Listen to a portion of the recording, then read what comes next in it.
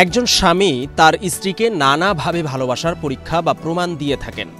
এটা আত্মত্যাগ, ক্ষমা কিংবা জ্ঞানের যে কোনো পরীক্ষা হতে পারে। কিন্তু স্ত্রীকে কাঁধে করে দৌড় প্রতিযোগিতায় অংশ নিয়ে ভালোবাসার পরীক্ষা দিতে হচ্ছে, এমন কথা শুনেছেন কখনো? বিষয়টি অনেকটা হতবাক করার মতো, আবার মেনে নিতেও হয়তো কষ্ট নেই, কারণ ভালোবাসা কিংবা যুদ্ধের ক্ষেত্রে সবই যে সম্ভব। ওয়ালটন এখন দেশের সীমানা পেরিয়ে পৌঁছে গিয়েছে 50টিরও বেশি দেশে।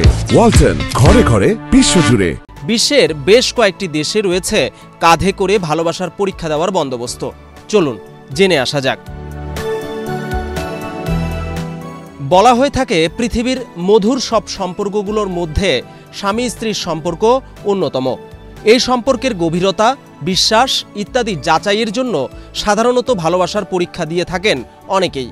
অবাক করার মতো ব্যাপার হলেও বিশ্বের ফিনল্যান্ড, হাঙ্গেরি, এস্তোনিয়া, জার্মান এবং যুক্তরাষ্ট্রে প্রতি বছর অনুষ্ঠিত হয় এক দৌড় প্রতিযোগিতা, নাম ওয়াফ ক্যারিং কম্পিটিশন, যেখানে একজন স্বামী তার স্ত্রীকে কাঁধে নিয়ে সেই প্রতিযোগিতায় অংশ নেন এবং ভালোবাসার পরীক্ষা দেন।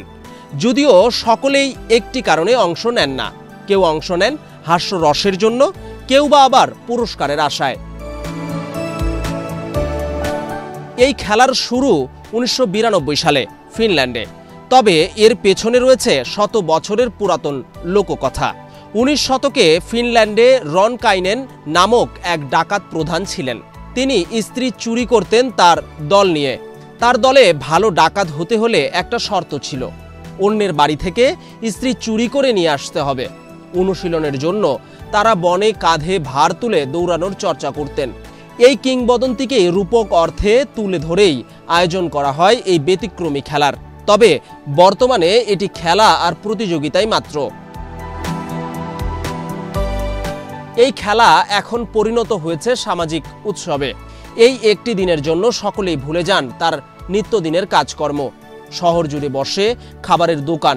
এই খেলার পাশাপাশি সাংস্কৃতিক অনুষ্ঠানও অনুষ্ঠিত হয়। এই খেলার নিয়ম অনুযায়ী স্ত্রীকে কাঁধে নিতে হয় উল্টো করে, মাথা নিচে ও পা ঘাড়ে পেঁচিয়ে। এই খেলায় 253.5 মিটার দৈর্ঘ্যে দৌড়াতে হয়।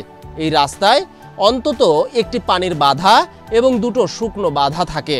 প্রতি বছর জুলাই মাসে এই প্রতিযোগিতার আয়োজন করা হয় দেশগুলোতে। বিজন কুমার, ডেস্ক রিপোর্ট, বাংলাদেশ প্রতিদিন।